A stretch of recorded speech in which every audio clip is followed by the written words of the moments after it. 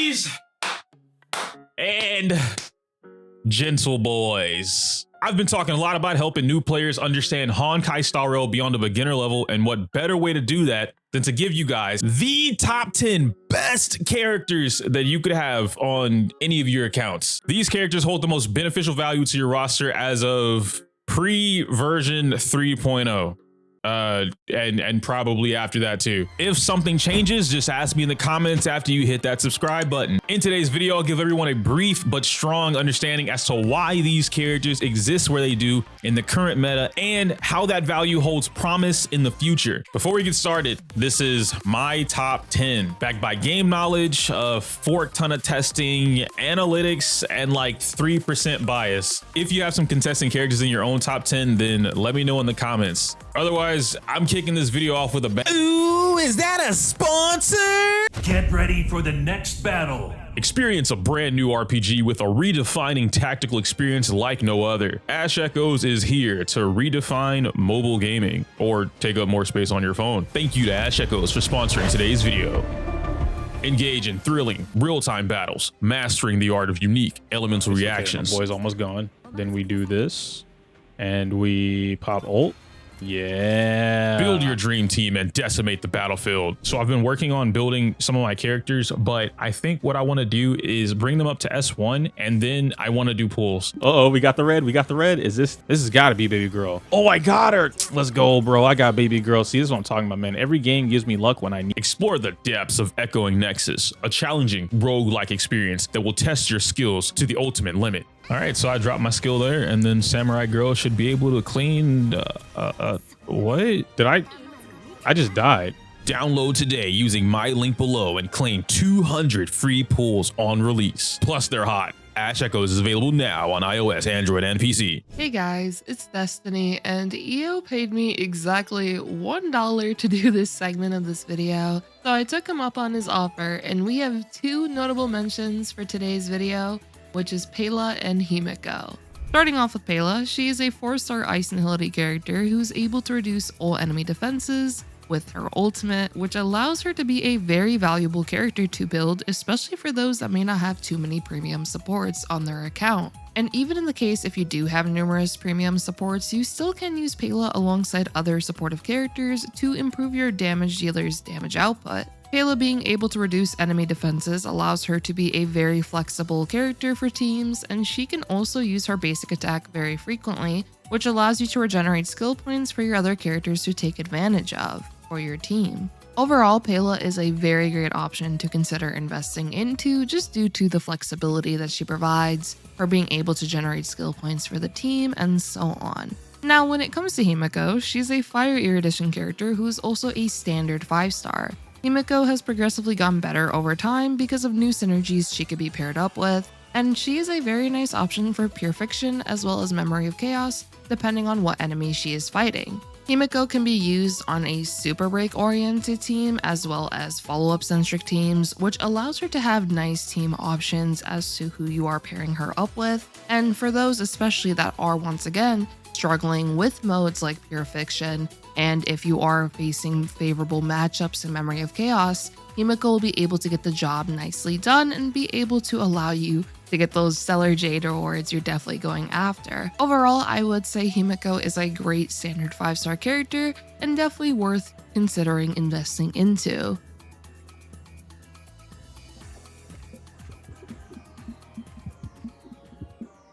Leading the very bottom of the list was a hard decision, but ultimately the decision was made to choose Acheron. Regardless of the recent downplay the community's been dishing out, Acheron is still an extraordinarily busted DPS character that still hasn't reached her max potential. Equipped with her unique stacking mechanic that allows her to ignore energy, she currently sits in the spot as the second strongest DPS in the game to be able to clear all forms of content. She boasts an outstanding damage output by giving herself one of the strongest self buffs in the game, can ignore any weakness type, carries a 20% res pin during her ult, and doesn't care about most harmony units on the team. This makes it significantly less stressful on free-to-play players looking to build into a second team while still being viable enough to build for a new meta. Let's also not forget she holds one of the easiest instant kill techniques in the game. Why she's barely scraping the end of the top 10 list though? Contrary to current day popular belief, Acheron is actually a challenging unit to properly pilot. Most of her damage comes from making the most of her kit through the effort of her team, and the less you're willing to invest into her premium options, the less of that power you'll see.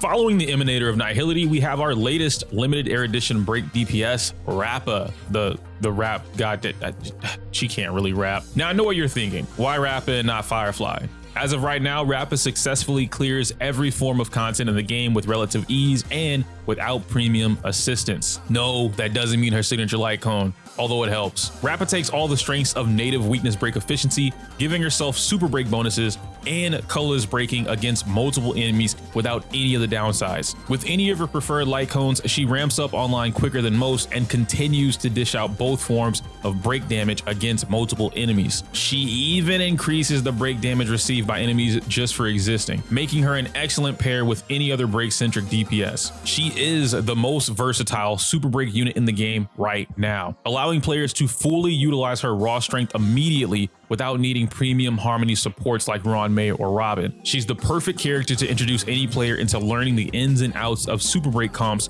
without being too hard or too easy. Plus, she's a forking ninja.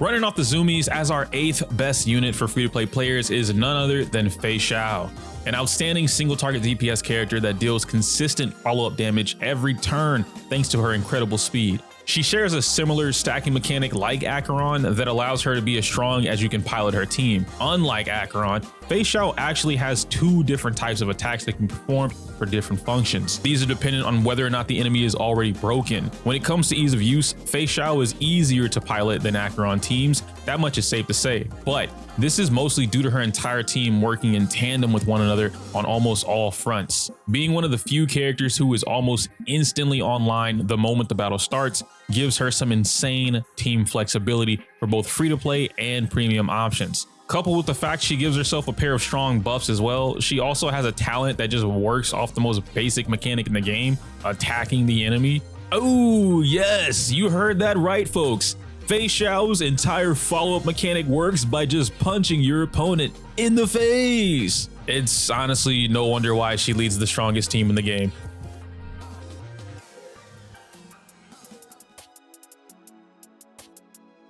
Next on the board is March 7th. No, not the one you start with, the other one with bigger tip. March 7th, Hunt Edition easily is the best thing in the game for free-to-play players to obtain because she is practically your perfect DPS. You want her to be a main DPS that focuses on crit dancing? She can do that. How about taking advantage of one of the strongest archetypes in the game, Super Break? Well, she easily does that and brings her own form of colorless breaking too. What about slapping her in one of those fancy follow-up attack comps with a Robin and a Fei Xiao? Ooh-wee! March 7th tops that off too. Hoyo giving us March 8th for free had to be a mistake, but there's no walking it back now. All of her big dick damage comes from her enhanced basic attack, but that's not the only thing in her kit.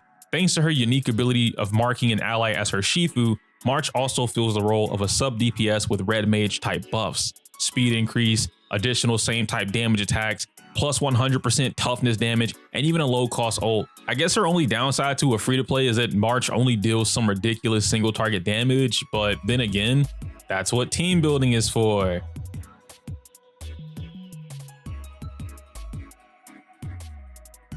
Next up is a little bit of a conundrum, and it kind of goes hand in hand with number 5 here, so let me explain. Gallagher was number 3 on my list, but I recently learned that he's no longer free for anyone who didn't grab him during the multiple events they gave him away for free. Meaning it's now a doctor ratio situation where those of us who already have him do, and those of you who don't need to move accordingly. For those that already have Gallagher, then this is your 6th spot on the list. With the many opportunities we've had to pick him up, it's way more likely we have an E6 Gallagher in our account than not. And because of that, it means we already have a strong performing sustain for a variety of teams and different in-game modes. This couples perfectly with investing into a strong healer and then a shielder for your account. On the other hand, for those of you who don't already have Gallagher, then technically your 6th spot goes to Linksha.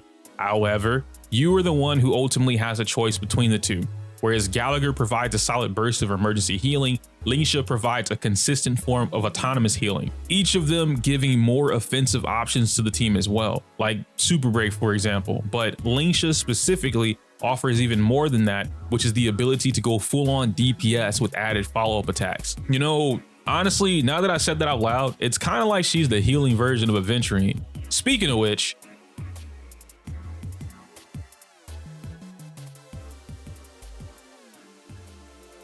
Aventurine is number 5 on the list, smack dab in the middle. Oh my gosh, who would have guessed it? In all seriousness, our latest best in slot sustain, who at one point was being gaslit to the community as worse than Fu Xuan. Do you remember Japard? I thought so. Aventurine has the best shielding in the game, and what makes him even better is the fact that those shields are permanent, thanks to his amazing follow-up talent. Even that is something to shine praise on. Not only is he the best in slot for all follow-up teams, but he's also carrying a hefty sustain title for other characters like Acheron and Yang Xing. But I guess that's a sustain's job, right? To keep the team alive? Well, Aventurine was our first sustain who came packed with the capability of dealing actual damage. Then all of his damage scales off the defense stat, and he even gives himself a hefty amount of crit rate for free, allowing you to turn him into a literal tank. Insert something here about a great offense is a better defense or whatever. At least I think some old mid-century Batman said that.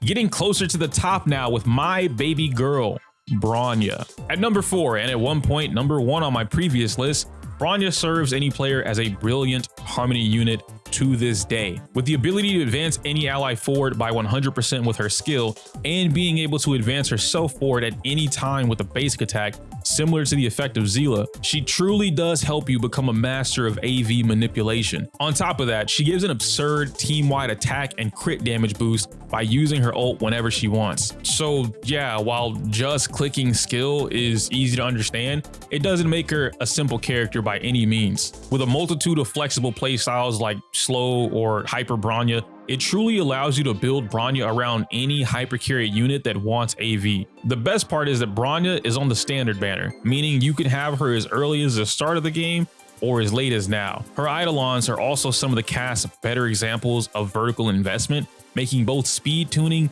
and SP management with Bronya almost non-existent from just getting a few copies. And y'all really tried to tell me Sparkle was better than my queen? My queen? Come on, bruh. If you made it this far into the video, give yourself a pat on the back and hit that subscribe button at the exact same time. Congratulations. Woo, yeah. You're entering the top 3 most valuable units for a free-to-play player to have now. Starting at number 3 is honestly a surprise to me. I didn't mean for that to rhyme, but it did. I've rarely played a gacha game where the MC of all characters is sitting in top tier after just a year's worth of release. When Trailblazer received the Harmony Path and the game introduced this new Super Break mechanic, it completely broke the scales. An offensive damage metric that doesn't care about talents, damage percent, or more. The higher the enemy's level, the higher your level, and that sweet break effect stat is all that matters up front when it comes to Super Break dishing out some of the most insane damage I've ever seen in this game. And pause, before you even finish the comment, random viewer number 32. Yes, maxing your traces improves that damage performance even further beyond. HMC brought a unique position to the game during their release, being a fully dedicated break support. Not kinda break, kinda something else. HMC is all about break and shows us a strong example of what a fully dedicated support to one of the game's archetypes can look like. HMC herself deals an already high amount of toughness damage,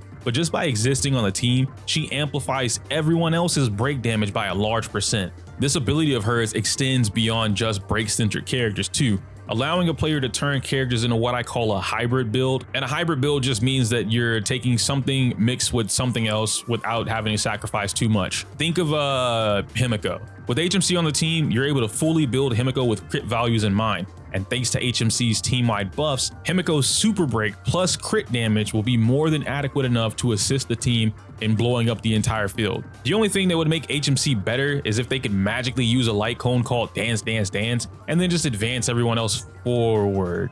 Wait a minute. Number 2 is my original number 1. If you've been around our community for a bit, then you know I've been glazing this woman more than she ignores her kids. Our, strictly speaking for my own personal bias, with 89.34% factual accuracy in mind, best harmony unit in the game, Ruan May. I guess if like I did a play on words, I'd probably say something like ruin me, but whatever. Anyway, all right, that wasn't funny, don't laugh. Arguably the most exceptional support character in the game. So much so that just a few patches ago, the vocal populace of the community believed that any account without Ruan May was a bricked account. So much so that when the choice between Firefly and Ruan May presented itself, everyone and their mama told new players to grab May over Firefly, regardless of their love for Firefly. May had such an absolute dominance over the meta perspective that certain players even felt she was necessary to clear in-game. Of course, that wasn't actually true, but May was so strong she basically made struggles no more. As one of the most easily built characters in the game, with variety, she effortlessly buffs the entire team's damage, increases their break efficiency, gives everyone all-type res pin, gives them a permanent speed boost, free break damage, and delays the enemy a second time just for them being weakness broken. All of this for her just existing on the team. There's no special build. There's no hard to master gimmick or piloting. You literally just put her on the team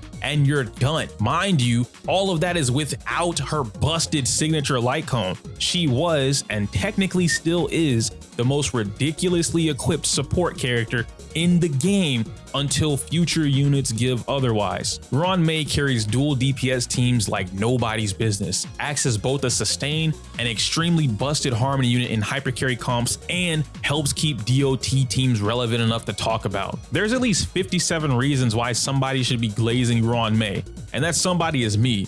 But with all of that, she's still not number 1. Why? The final character should be obvious by now, but in case it's not, let me explain. Both the top 2 spots were argued back and forth for a full 2 days before finally settling on number 1, and all of it was for a valid reason. While Ruan May holds so much so high to the candle above, we're unfortunately in a meta where easier play is more beneficial to the free-to-play than more technical tactics. May is simple and easy to pilot, but comparing the number of teams she excels at versus the number 1 spot slowly started coming to her being replaceable or slapped onto a team that required more advanced piloting. When it came down to the free-to-play perspective in today's version of Honkai Star Rail, I had to take away the number 1 spot from May and give it to none other than Robin the Magnificent. I just made that name up. Robin is almost like the exact same praise I gave May, but for every other comp that isn't break-centric. She is undisputed best buffer for follow-up attackers, but for whatever reason, Hoyo decided to give her a 50% team-wide damage buff that lasts for 3 of her turns. Not 3 turns, 3 of her turns. Like, you have to really fuck up playing the game for her to run out of that buff, and I mean that. She's insanely SP efficient to the point she's basically not even using skill points, and that part's important because whenever she pops her ult, everyone and their mama leaps forward by 100% with a massive attack boost, while she puts herself into an immovable state that's immune to CC. Oh, and let me not forget, all of her scaling is based on her own attack, so the craziest part is anytime your allies hit an enemy, she magically hits them too. Like, I guess she summons a gang of Pidgeotos with her singing or something, cause my god does she do damage. Hoyo really said, hey, let's combine all of our most busted harmony units, smash them into the MC's girlfriend, then also give her the ability to dish out DPS levels of damage. Honestly, I couldn't even think of a downside because from a free-to-play perspective, you should be doing everything to maximize what you have on your account to achieve whatever goals you want. The downside of Robin is don't play like ass. And I say that with love, for the most part, but I absolutely mean it. What, you thought her downside was going to be that only follow-up comps can get the full benefit from her? Well, I've got bad news for you, bucko, because that's her favorite team. The reason she's so confidently in number 1 is because despite that single fact, almost 90% of teams will still pull more value from Robin than if they didn't have her. And that's exactly why I pulled E1 before Urbana went away.